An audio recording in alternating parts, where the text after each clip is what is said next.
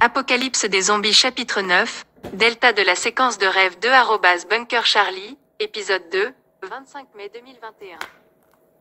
Et pour eux, notre approvisionnement en matériel médical. Tout le monde était d'accord. Nous avons reculé par escouade et sommes retournés à nos véhicules.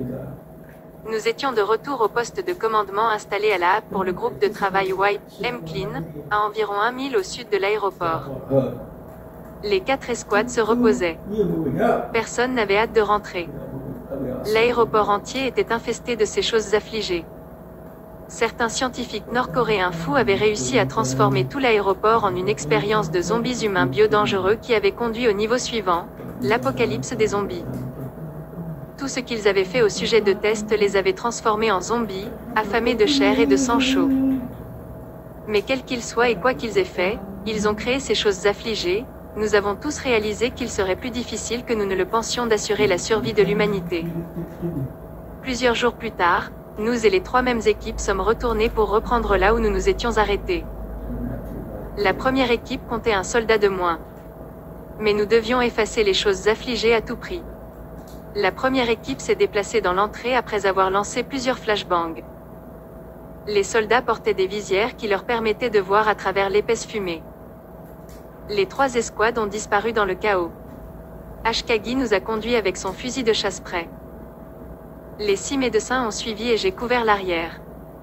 Ashkagi a continué sur la bonne voie, ce qui signifiait que les 3 équipes s'étaient déplacées plus loin dans le couloir. Il resta silencieux pendant les 15 premières minutes, puis un barrage de coups de feu a éclaté, accompagné de cris et de cris. Un soldat a crié « Continuez et tirez ». Quelques secondes plus tard, un autre soldat a crié « Supprimez le feu et reculez par escouade ». Une femme soldat a crié « Médecin ». Le chef de la 3e escouade a crié « Nous avons besoin de médecins ». Le médecin principal a répondu « En route ». Ashkagi menait, suivi des 6 médecins avec moi qui montaient à l'arrière. Nous sommes arrivés sur les lieux moins d'1 minute plus tard pour constater qu'il y avait un certain nombre de choses affligées empilées jusqu'au plafond avec des parties de leurs corps arrachées.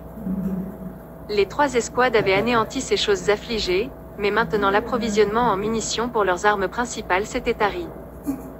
Ils utilisaient leurs armes de poing. L'arme de poing avait une capacité de 27 cartouches, et les soldats utilisaient rapidement ces munitions. D'autres soldats nous traînaient leurs camarades blessés. Tous les 6 médecins sont allés travailler sous la supervision de Ashkagi.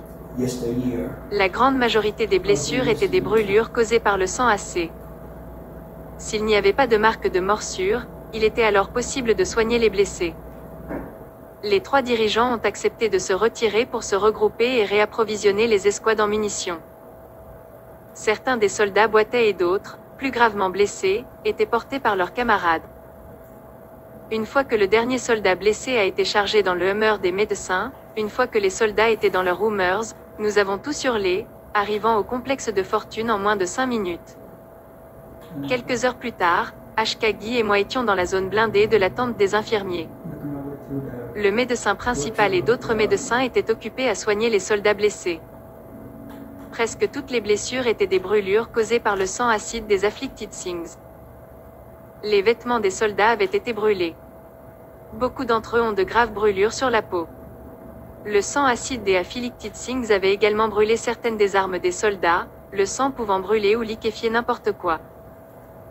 Plusieurs jours se sont écoulés, et le groupe de travail Big Wigs n'avait pas libéré ni les 3 autres escouades de combat, ni les 3 autres escouades de combat pour reprendre la tâche consistant à nettoyer l'hôpital des Afflicted Things.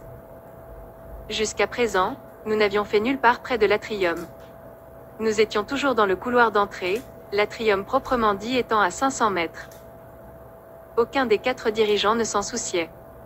Ils ont gardé le silence dans l'espoir que les gros bonnets oublieraient tout de leurs escouades. De nouvelles armes ont été émises, les munitions ont été réapprovisionnées. De nouveaux soldats ont remplacé les blessés graves, de sorte que chaque escouade compte désormais 12 membres. Les 4 escouades ont reçu des ordres de disponibilité. À la pause café un matin, je suis tombé sur le chef de la première escouade, un fantassin des opérations spéciales de Manille. Sa spécialité était la guerre dans la jungle. Nous avons parlé brièvement. Il pensait que j'étais médecin. Je l'ai corrigé en disant: je suis un gardien pour l'équipe médicale. Il a demandé: vous connaissez la médecine? Je ne connais pas les médicaments d'un trou dans le mur, lui ai-je dit. Puis j'ai demandé: qu'est-ce que nous n'avons pas vu à l'aéroport? Il a avalé une bouchée, puis a dit: nous avons des ennuis. Les choses font de nous les humains une source de nourriture. Et il meurt de faim. Il y en a beaucoup là-dedans. J'ai demandé des lance-missiles sur l'épaule, mais ma demande a été refusée. Nous avons émis plusieurs grenades à main supplémentaires. Trop généreux, ai-je dit. Qu'avez-vous ressenti à l'idée de tirer sur l'un de vos propres soldats? Il a poussé un souffle de désespoir. Après avoir réfléchi un moment, il a finalement dit: si je suis mordu par l'une de ces choses affligées, n'hésitez pas à me tirer la tête. C'est la chose la plus humaine à faire et aussi la bonne chose à faire. Sans oublier que c'est la chose la plus compatissante à faire. Si le soldat tombé n'avait pas été réanimé, votre refus de la laisser être abattue aurait-il été maintenu? J'ai demandé. Absolument, dit-il immédiatement. Qu'est-il arrivé à la chose compatissante et à la bonne chose à faire? Ai-je demandé. J'avais entendu parler de ces choses, mais je n'en avais jamais été témoin avant l'une de mes soldats tombés au combat réanimé. Je ne vais pas vous tirer la tête, mais Ashkagi n'aurait aucun problème à le faire. C'est un gros salaud. Nous avons tous les deux ri. À minuit, la mission est tombée. Les autres escouades avaient subi de lourdes pertes et demandé des renforts. Dès notre arrivée, nous avons été accueillis par des médecins et des soldats affolés. Nos 6 médecins leur ont fourni ce dont ils avaient besoin. Une douzaine de soldats gravement brûlés gémissaient. Nous ne pouvions pas y rester trop longtemps car les 3 escouades auxquelles nous étions attachés étaient entrées à l'intérieur. Ashkagi a mené avec un fusil de chasse dans ses mains avec 6 médecins derrière lui et moi à l'arrière. J'étais pandémonium quand des fusillades ont éclaté, les soldats hurlant et hurlant. La chose affligée a hurlé horriblement alors que les balles transperçaient leur corps. Plusieurs soldats ont porté leurs camarades blessés jusqu'à la sortie. Le sang et la sueur couvraient leurs têtes, leurs visages et leurs uniformes tandis que la fumée s'élevait de leurs armes fondues. Le médecin principal a rapporté au QG, recevoir un grand nombre de blessés avec des brûlures. Demander un renfort. Le QG a répondu, refusé. Poussé en avant. Les personnes proches du médecin principal avaient entendu haut et fort le message du QG. Les 6 médecins et les autres médecins traitaient les brûlures. Ceux qui pouvaient encore marcher se dirigeaient vers les Hummers en attente. Nos 3 escouades se sont jointes à l'autre escouade et a continué avec la fusillade féroce. 5 minutes plus tard, la plupart de nos soldats étaient à court de munitions et ont commencé à utiliser leurs armes de poing. Il y avait plus de soldats qui avaient reçu de multiples brûlures. La fusillade féroce s'est poursuivie. 4 de nos 6 médecins transportaient des personnes gravement brûlées chez les médecins Hummer à l'extérieur. Un soldat traînait un camarade qui avait été mordu sur le côté gauche de son visage. Il était couvert de sang acide. Le médecin principal et certains des autres médecins l'ont examiné. Il était déjà mort, sur le point de se réanimer. Le médecin principal a fait signe à Ashkagi de continuer, en utilisant le protocole pour un événement.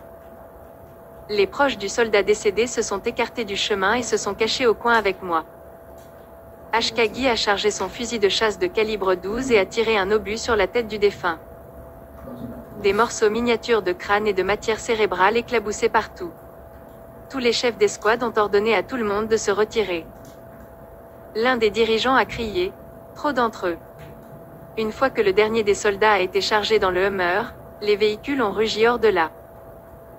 Le major général Mosk, commandant général de la force opérationnelle, originaire d'Estonie, était une femme grande et mince aux cheveux blonds courts. Elle était assise à son bureau avec son personnel de soutien tourbillonnant autour d'elle. Son bureau faisait partie des dédales d'autres bureaux érigés à la hâte et séparés par des boîtes et autres objets pour délimiter les cabines. Elle parlait avec un léger accent. Le major général Mosk a demandé « Dites-moi ce qui est... »